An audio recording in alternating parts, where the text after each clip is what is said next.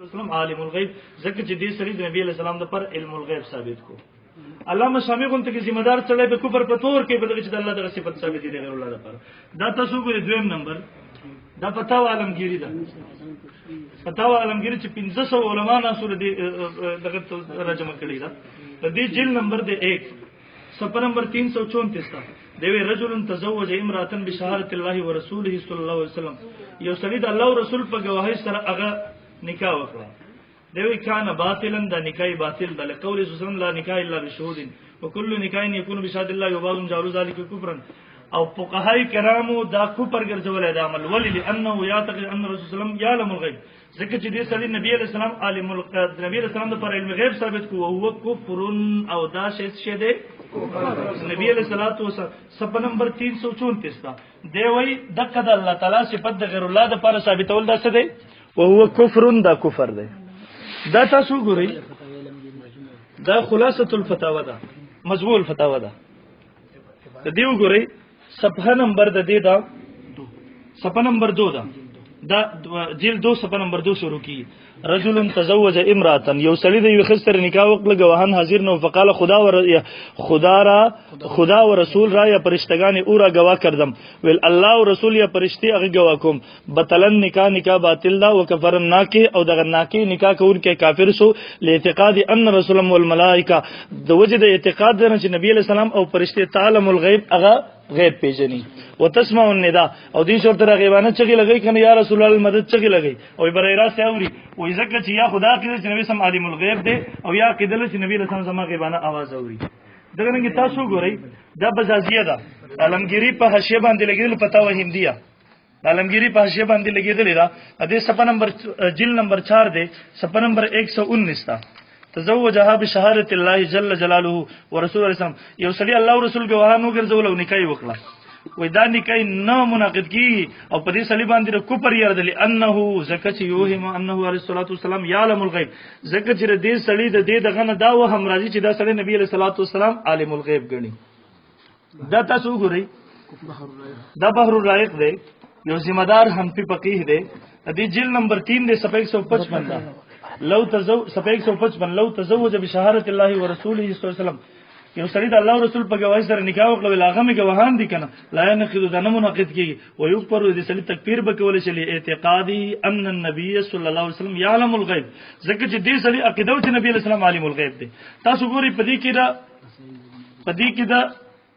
ذاتی عطائی سے ذکر شته د کلی جزئی سے ذکر پکشته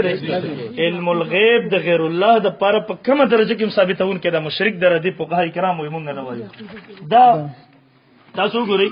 د رسائل ابن عابدین د علامه شامی رحم الله په دې جلد نمبر 2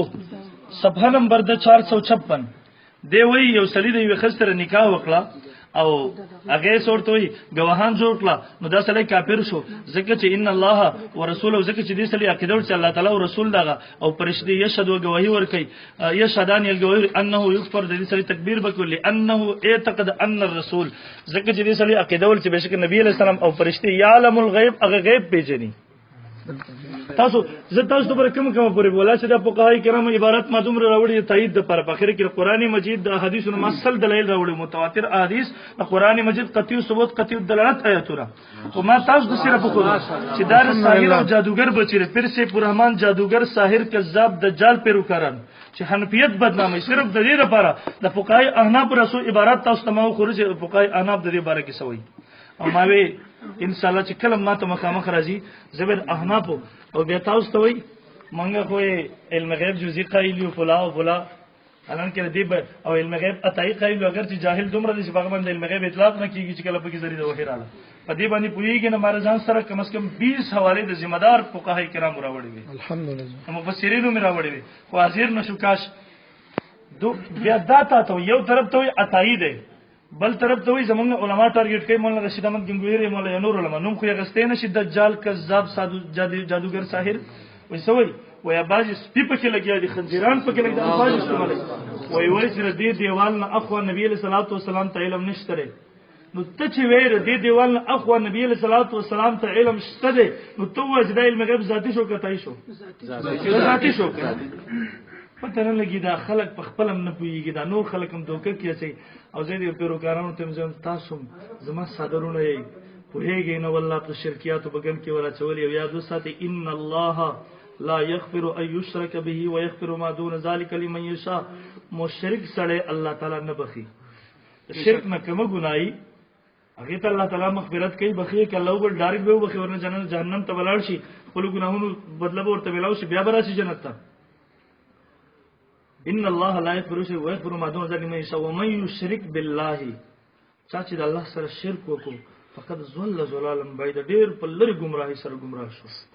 ادر پاره د جهنم بوی هم حرام دی عمرې بس دا غږی ژوند نه جنت بوی ور باندې هم حرام دی ټول عمر د پاره به جهنم کی د رب او د خالق په سره د مشرک په باره کې دا او دنیا کې تاسو دې شکلونو ته وګورئ کنه د مشرکانو بدعتیانو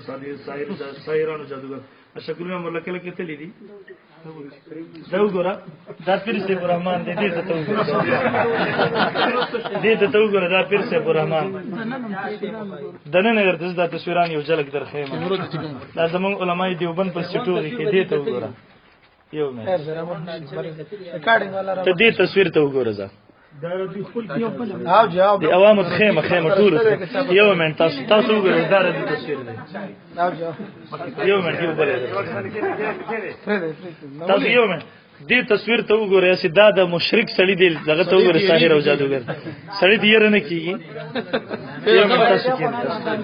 یو دا ګورئ د ډانسونو والا د ساحرانو جادوګرانو مشر دی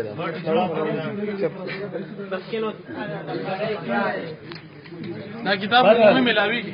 دا خپل دې کتاب کې سوې تجلیات الرحمانیه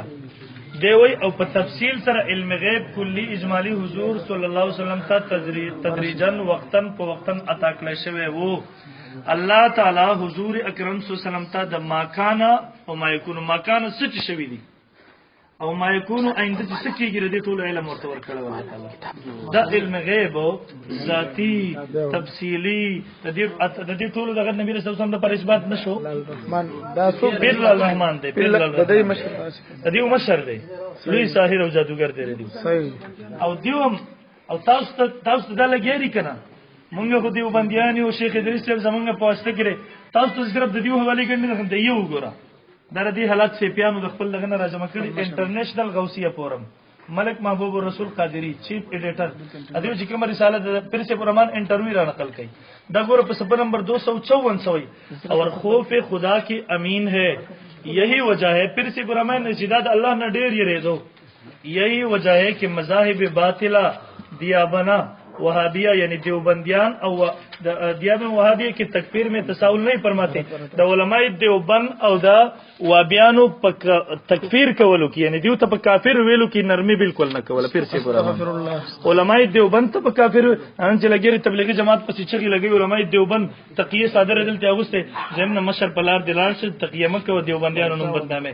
علماء دیوبند تاسو غنتا کی مشرکانو ساحرانو جادوگرانو دا بالکل بری دی او ما ته وځ د علماء دیوبند نو بدنامي الحمدلله د علماء دیوبند په ما باندې کلی اعتماد دی ته حقانیت او شیخ العزیز مولانا محمد ادریس صاحب دامت برکاته ملالیه مقبول الله وبای صاحب دیر به صاحب د دیو څومره مشایخ ګوري الحمدلله خو زه یو طالب العلم یم ما اقرار تر اوسه پورې نه می داوی کړی دي نه می اقرار کړی دی زه یو طالب العلم یم ادنا ناقص البته دومره ویم چې خپل دغه مشرانو اکبر دعاګانې را سره دغه انت جادوګران ساحران زما رسول نم تختی الحمدلله الله